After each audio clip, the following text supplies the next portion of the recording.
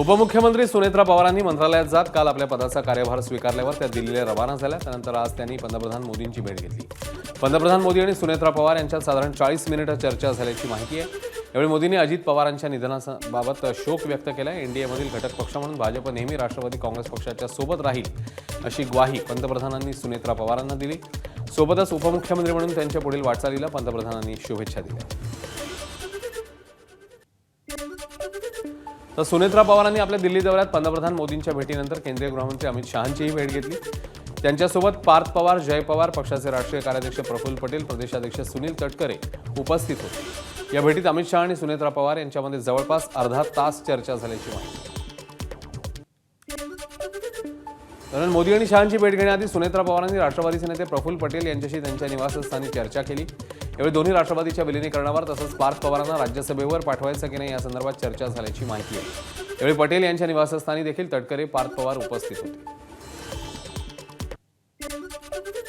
दिल्ली दौऱ्यावरून परतल्यावर उपमुख्यमंत्री सुनेत्रा पवार उद्या पुण्यामध्ये बैठक घेणार आहेत। उपमुख्यमंत्री आणि पुण्याचे पालकमंत्री सुनेत्रा पवारांच्या अध्यक्षतेखाली उद्या पहिल्यांदाच जिल्हा नियोजन समितीची बैठक पार पडणार आहे। 2026-27 या आर्थिक वर्षाच्या जिल्हा प्रारूप आराखड्याला मान्यता दिली जाणार आहे। दिवंगत उपमुख्यमंत्री अजित पवार यांच्या निधनानंतर नियोजन समितीची पहिलीच बैठक पार पडणार आहे।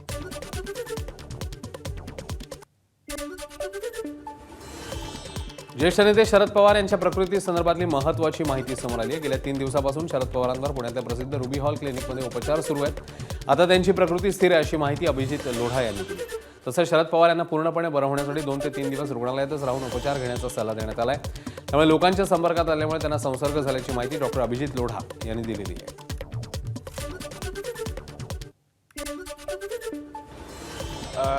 शरद पवार साहेबांच्या प्रकृतीत बराच सुधार झाला आहे। आपण त्यांना अँटीबायोटिक्स देत आहोत। त्यांची फिजिओथेरपी स्टार्ट केलेली आहे। त्यांना आपण अजून 1-2 दिवस अँटीबायोटिक्ससाठी फक्त ठेवणार आहे।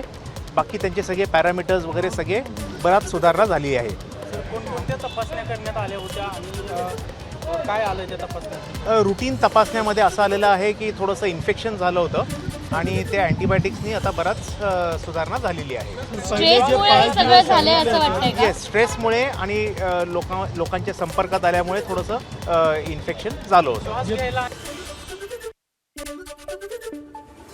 शरद पवारांच्या राष्ट्रवादीचे आमदार रोहित पवार यांनी अजित पवारांच्या निधनावर काही शंका उपस्थित केल्या। या पाठोपाठ आता उपमुख्यमंत्री अजित पवारांसोबत केबिन क्रू म्हणून प्रवास करणाऱ्या आणि अपघातात मृत्युमुखी पडलेल्या पिंकी मालीच्या कुटुंबियांनाही घातपाताची शंका त्यांनी उपस्थित केली आहे। पिंकी मालीच्या वडिलांनी या संपूर्ण प्रकरणाची सखोल चौकशी व्हावी अशी मागणी केली। अपघात नाही, हे घातपात असू शकतो। रोहित दादा पवारने जे प्रेझेंटेशन दिलेलं आहे ते सगळं व्यवस्थित पाहिल्यावरती कुठेतरी शंका निर्माण होते। तर आमचं पण असं मत आहे की रोहित दादा पवार या अमोल मिटकरीची जे शंका उत्पन्न करतायत त्या नजरेने ते 100% बरोबर। कारण का आम्ही देखील मुलगी गमावलेलो आहे। कारण तर आम्हालाही समजलं पाहिजे की काय मिस्टेक होता आणि जे कंपनी होती VSR व्हेंचर यांचे लोक आम्हाला काही कळवले नाही। अजित पवारांच्या विमान अपघाताची चौकशी सुरू आहे। चौकशीचा अहवाल येईपर्यंत वाट पाहायला हवी असा सल्ला मुख्यमंत्री फडणवीस यांनी रोहित पवारांना दिला। रोहित पवारांनी उपमुख्यमंत्री अजित पवारांच्या विमान अपघातावर शंका उपस्थित करत आरोप केले होते। यानंतर मुख्यमंत्र्यांनी रोहित पवारांना वाट पाहण्याचा सल्ला दिलाय। सरकारकडे तपास यंत्रणा आहे, तपास सुरू आहे असंही मुख्यमंत्री म्हणाले।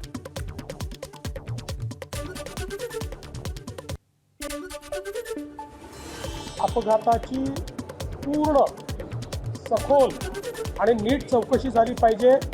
ही मागणी काही चुकीची नाही। पहिल्यांदा ही मागणी मी स्वतः केली होती। आपल्याला कल्पना असेल तर मी केंद्र सरकारला पत्र लिहून या अपघाताची योग्य प्रकारे चौकशी करावी असं सांगितलं होतं। त्याच्यावर केंद्रीय नागरी उड्डाण मंत्र्यांनी विशेष चौकशी गठीत करून त्या संदर्भातलं पत्र देखील मला पाठवलेलं आहे। जी काही चौकशी चालली आहे ती पूर्ण न होता आपण जर तर्कवितर्क केले तर त्यातनं लोकांच्या मनामध्ये वेगवेगळे कन्फ्युजन्स तयार होतात। या अपघाताचं सगळं सत्य बाहेर आलं पाहिजे। ते सत्य निश्चितपणे बाहेर येईल हा मला विश्वास आहे। अजित पवारांच्या निधनानंतर DGCAच्या अधिकाऱ्यांनी बारामती विमानतळाची पाहणी केली आहे। बारामती विमानतळावर विमान चालवण्याचं प्रशिक्षण देणाऱ्या 2 संस्था आहेत। अनेक ट्रेनी पायलट या ठिकाणी आहेत, त्यामुळे विमानतळाची पाहणी करत असल्याचं DGCA कडनं सांगण्यात आलं. राष्ट्रीय स्वयंसेवक संघाच्या कार्यक्रमाला सेलिब्रिटी आणि नामवंत व्यक्तींच्या उपस्थितीवरून राज ठाकरेंनी सरसंघचालक मोहन भागवत यांना टोला लगावलेला. केवळ सत्तेची आणि यंत्रणांची भीती आहे, ज्यामुळे ही मंडळी तिथे उपस्थित राहिली असं राज ठाकरेंनी म्हटलेलं. त्यावरून आता महाराष्ट्राचे माजी राज्यपाल भगतसिंग कोश्यारींनी राज ठाकरेंवर निशाणा साधला. वो सब लोग नरेंद्र मोदी से नहीं डरे होंगे. मैं राज का बहुत सम्मान करता हूँ, लेकिन मुझे लगता है वो ज़्यादा ही नरेंद्र मोदी से डर गए. उनका डरना नहीं चाहिए, उनको मोदी जी के निकट जाना चाहिए. उम्र में मेरे छोटे भाई हैं और अच्छे कड़क नेता हैं. मैं उनसे कहूँगा कि नरेंद्र मोदी से डरो मत, और महाराष्ट्र में हो, छत्रपति शिवाजी महाराज के उसमें कर्मभूमि में हो, तो उससे डरने की कोई आवश्यकता नहीं. डरना हो तो गलत काम से डरो. आपल्या हत्येचा कट रचण्यात खासदार धैर्यशील मोहिते पाटील आणि अर्जुनसिंग मोहिते पाटील मास्टरमाइंड आहेत असा आरोप भाजपचे माजी आमदार राम सातपुते यांनी केला. माझ्या हत्येच्या कटासंदर्भात पोलिसांना आधीच माहिती मिळालेली. त्यानुसार गेल्या 3 दिवसापासून पोलीस माळशिरस तालुक्यात तळ ठोकून आहेत. काही व्यक्तींना ताब्यात घेऊन चौकशी सुरू करण्यात आली आहे. कॉन्ट्रॅक्ट किलिंगचा करण्याचा प्रकार होता. याबाबत आपल्या हत्येत कोण कोण असू शकतं या संदर्भात आपण मुख्यमंत्री फडणवीस आणि पालकमंत्री जयकुमार गोरेंना माहिती दिल्याचं राम सातपुते यांनी म्हटलं. सातपुते यांच्या हत्येचा कट रचला गेला असा दावा ग्रामविकास मंत्री तथा पालकमंत्री जयकुमार गोरे यांनी केलेला. तसंच खासदार धैर्यशील मोहिते पाटलांनी हे सगळे आरोप मात्र फेटाळून लावले.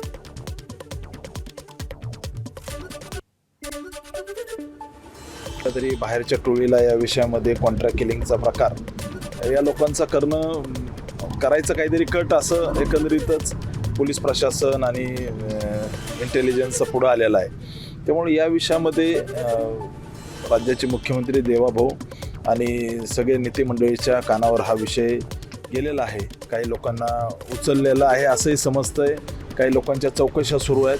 प्रामुख्यानं धैर्यशील मोहिते पाटील आणि अर्जुनसिंह मोहिते पाटील हे काही लोकांना पुढे करून अशा पद्धतीने काही प्रकार सुरू आहे असं एक आमच्या कानावर येतंय. माजी आमदारांनी मीडिया मॅनेज करून फक्त आपली एक सीट निवडून आलेली त्याचा गवगवा केला. आणि प्रत्येक इलेक्शन आलं आणि आपण हारलं की थोडे दिवस ते वेगळ्या विचारसरणीत जातात आणि प्रसिद्धी झोतात राहण्याची त्यांना सवय आहे कायम. त्यामुळं कोणत्याही स्तराला जाऊन ते आरोप करतात. रायगडच्या पोलादपूर तालुक्यातल्या उमरड गावात दरवर्षीप्रमाणे तानाजी मालुसरे यांचा 356वा शौर्य दिन सोहळा आयोजित करण्यात आलेला. या कार्यक्रमाला मंत्री भरत गोगावलेंनी शासकीय अधिकाऱ्यांसोबत समाधीचं दर्शन घेतलं. यावेळी जिल्हा परिषद आणि पंचायत समिती निवडणुकीत विजयी झालेल्या उमेदवारांचा सत्कार करण्यात आला.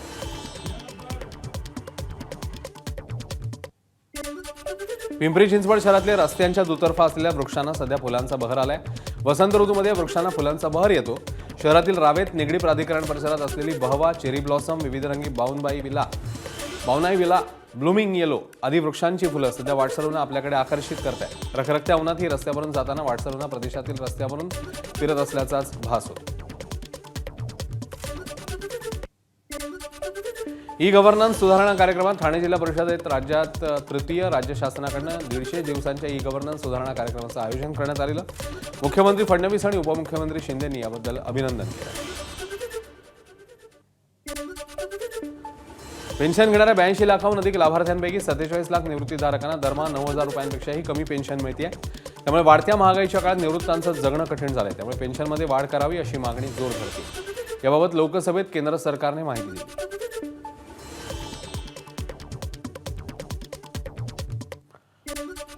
बंगळुरूतले साई भक्त सुमंत रेड्डी यांनी शिर्डीच्या साई संस्थानला अत्याधुनिक स्कूल बस दान केली आहे. सुमारे 25,38,406 रुपये किमतीची ही बस संस्थानच्या शैक्षणिक संकुलातल्या विद्यार्थ्यांच्या सुरक्षित आणि आरामदायी प्रवासाकरता उपयोगी ठरणार आहे.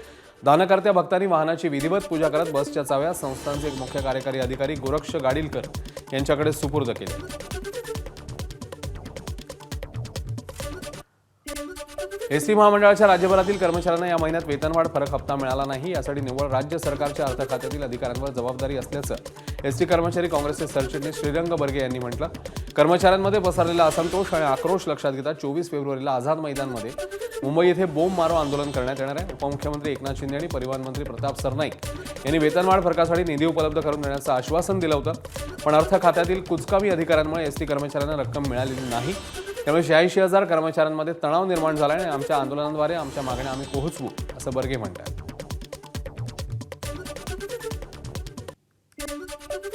नवी दिल्लीमध्ये जागतिक बाजारपेठेतील घडामोडी आणि डॉलरच्या मजबुतीचा परिणाम सराफा बाजारावर पाहायला मिळतोय. मंगळवारी सोन्याच्या दरात प्रति 10 ग्रॅम 2,200 रुपयाची वाढ झाली, ते 1,60,700 वर पोहोचलंय. मात्र चांदीच्या दरामध्ये 7,500 रुपयांची घसरण होत ती 2,64,500 इतकी झाली. प्रवाशांची वाढती संख्या लक्षात घेता मध्य रेल्वेवर 12 ते 21 फेब्रुवारी दरम्यान 24 विशेष गाड्या धावणार आहेत. CSMT ते नागपूर, कोल्हापूर, सावंतवाडी आणि लोकमान्य टिळक टर्मिनस ते नागपूर या दरम्यान विशेष गाड्या धावणार आहेत. राज्यामध्ये कालपासून 12वीच्या बोर्ड परीक्षांना सुरुवात झाली आहे. मात्र परीक्षेच्या पहिल्याच दिवशी डोंबिवलीतील एका कुटुंबावर दुःखाचा डोंगर कोसळला. परीक्षेसाठी घरातून निघालेला 18 वर्षांचा सोहम कटरे हा विद्यार्थी नियतीच्या क्रूर खेळाचा बळी ठरलाय. त्यामुळे या घटनेच्या निषेधार्थ प्रवासी संघटनेकडून आंदोलन करण्यात आलं. काळे कपडे काळी फीत लावत हे आंदोलन पार पडलं.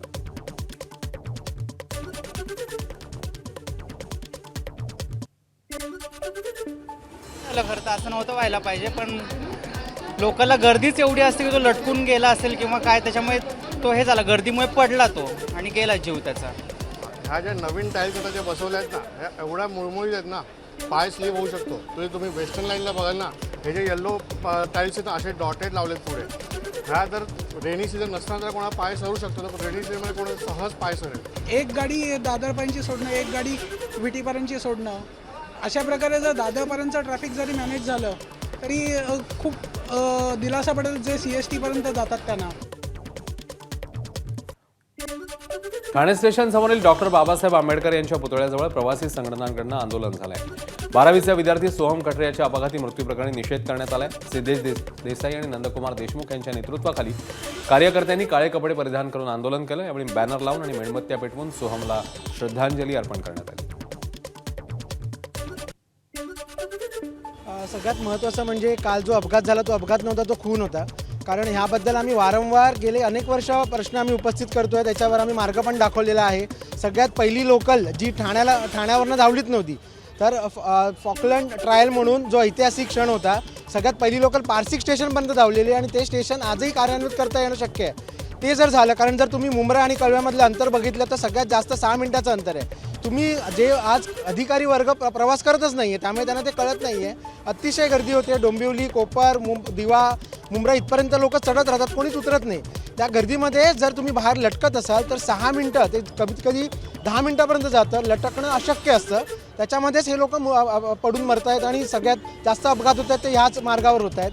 आत्तापर्यंत आम्ही सजेशन देत आहोत, नुसती घोषणाबाजी होते, पण त्याची घोषणाबाजीची पूर्ती होत नाहीत आणि म्हणून दररोज आमच्या तरुणांचे, मुलामुलींचे अपघात होत आहेत. चिंताजनक बाब आहे. आज आम्ही सोमनची इथे श्रद्धांजली घेतलीत का आपल्या पार्लमेंटमध्ये आता अधिवेशन चालू आहे आणि हे बघून तरी खासदार आवाज उठून काहीतरी याच्यावर सोल्युशन काढतील अशी आशा बाळगतो.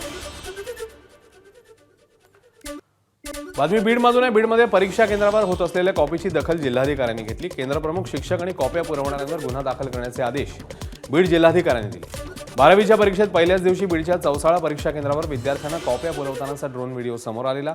तसंच पुन्हा असा प्रकार घडणार नाही याची दक्षता घेत असल्याचं जिल्हाधिकाऱ्यांनी म्हटलं. चौसाळा सेंटरमध्ये जास्त गर्दी, आता इमारतच्या बाहेर गर्दी दिसून आला होता, त्यामध्ये काही गैरव्यवहारचा सुद्धा दिसून येत होता. पण तुम्ही तो व्हिडिओ बघितला असेल तर तिकडेच्या पूर्ण विंडोज हे बंद सापडलं होतं आम्हाला. क्लासरूमच्या आजच्या पूर्ण CCTVच्या तपासणी माझ्या शिक्षणाधिकारी आणि महसूल प्रशासनाने केलेलं होतं काल रात्री. त्या दरम्यान आम्हाला 2-3 तिकडे गैरप्रकार झालेला आहे असं सिद्ध झालेलं आहे. त्यानंतर आम्ही पुढच्या तिकडे शिक्षक असेल आणि त्या सेंटरच्या केंद्राध्यक्ष यांच्यावर पुढच्या प्रशासकीय कारवाई आणि गुन्हा दाखल करण्याच्या सूचना मी ऑलरेडी शिक्षणाधिकाऱ्यांना दिलेला आहे. 12वीच्या पेपरची तपासणी आता डिजिटल पद्धतीने होणार आहे. CBSEने हा निर्णय घेतलाय. ऑनस्क्रीन मार्किंग प्रणालीच्या माध्यमातून ही तपासणी होईल. सोडवलेला पेपर आधी स्कॅन होईल, त्यानंतर शिक्षक कम्प्युटर स्क्रीन तपासेल. मूल्यांकन प्रक्रिया पारदर्शक करण्याच्या दृष्टीने हा निर्णय घेण्यात आला आहे.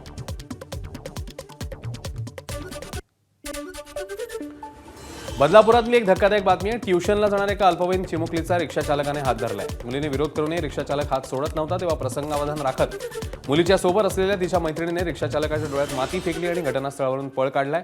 बदलापूर पूर्व परिसरातली ही घटना आहे. आरोपी रिक्षा चालकाला पोलिसांनी अटक केली आहे. त्याच्या विरोधात बदलापूर पूर्व पोलीस ठाण्यात पॉक्सो अंतर्गत गुन्हा दाखल झालाय. सध्या आरोपीची न्यायालयीन कोठडीत रवानगी करण्यात आल्याची माहिती पोलिसांनी दिली. बदलापूर पूर्व पोलीस ठाणे या ठिकाणी 6 फेब्रुवारीला एक तक्रार दाखल झाली आणि त्याच्यामध्ये लहान मुलगी वय वर्ष 10 तिचा हात एका अज्ञात आरोपीने पकडला होता रिक्षा चालकाने आणि विनयभंग करण्याचा प्रयत्न केला अशी तक्रार दाखल झाली. त्या परिसरातील जास्तीत जास्त सीसीटीव्ही फुटेजची तपासणी करून नेमका त्यातून आरोपी निष्पन्न केला आहे आणि पुढे ती चेन डिस्क्लोज करत अंबरनाथमधून तो आरोपी जो आहे तो ताब्यात घेण्यात पोलिसांना यश मिळालं आहे.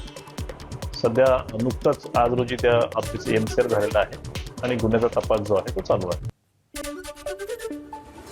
पुण्यामधल्या लोहियानगरमध्ये दगडफेक झाल्याची घटना घडली तर हातात तलवार घेऊन दहशत माजवण्याचाही काही जणांनी प्रयत्न केलाय.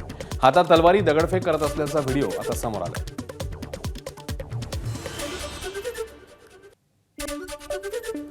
पुण्यामधल्या बुधवार पेठेत रात्री 12 ते पहाटे 3 पर्यंत पुणे पोलिसांनी कोम्बिंग ऑपरेशन केलंय. बुधवार पेठेत येणारे आणि जाणारे सर्व रस्ते पोलिसांनी नाकाबंदी करत तिकडे पाहणी केली. शुक्रवार पेठ पोलीस चौकीजवळ असलेल्या सर्व कुंटणखाण्यातल्या महिला पोलिसांनी चौकशी केली आहे. तसंच या ठिकाणी वावरत असलेल्या अनेक तरुणांची झाडाझडतीही घेण्यात आली. अंमली पदार्थ तसंच जबरदस्तीने वेश्या व्यवसाय करायला भाग पाडणं, बांगलादेशी महिलांचं बेकायदा वास्तव्य या अनुषंगाने पोलिसांनी अनेक संशयितांची चौकशी केली. नागपुरात एका अल्पवयीन मुलीवर अत्याचार झाल्याची घटना समोर आली आहे. 5 फेब्रुवारीला घटना घडली असून पीडित मुलीच्या तक्रारीनंतर एका आरोपीला अटक झाली आहे. इतर 2 आरोपी अल्पवयीन असल्यानं त्यांना ताब्यात घेण्यात आलंय. अल्पवयीन मुलीची आरोपीसोबत पहिल्यापासूनच ओळख होती. आरोपीने मुलीला घरी भेटण्यासाठी बोलवल्यावर तिच्यावर बळजबरी करण्यात आली. साताऱ्याच्या ढेबेवाडी जंगलाच्या कुशीत भरणाऱ्या वाल्मिकी यात्रेची सध्या जय्यत तयारी सुरू आहे. येत्या 13 फेब्रुवारीपासून यात्रेला सुरुवात होणार आहे. 15 फेब्रुवारी यात्रेचा मुख्य दिवस आहे. 13 तारखेपासून हरिनाम जपानी यात्रेला प्रारंभ होईल. ढेबेवाडीपासून सुमारे किलोमीटरवर घनदाट जंगलाच्या कुशीत श्री क्षेत्र वाल्मिकी हे ठिकाण आहे. महाशिवरात्रीला होणाऱ्या श्री वाल्मिकी यात्रेला दूरवरून इकडे भाविक येत असतात.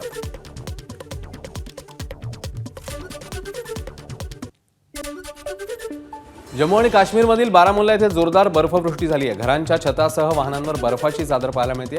बर्फ साचल्यानं जनजीवन विस्कळीत झालं. कझाकिस्तानच्या काही भागात जोरदार बर्फवृष्टी पाहायला मिळते. घटनेत 2 कारचा अपघात झाला. हिमवृष्टी दरम्यान रस्ते अपघाताचा हा व्हिडिओ समोर आलाय.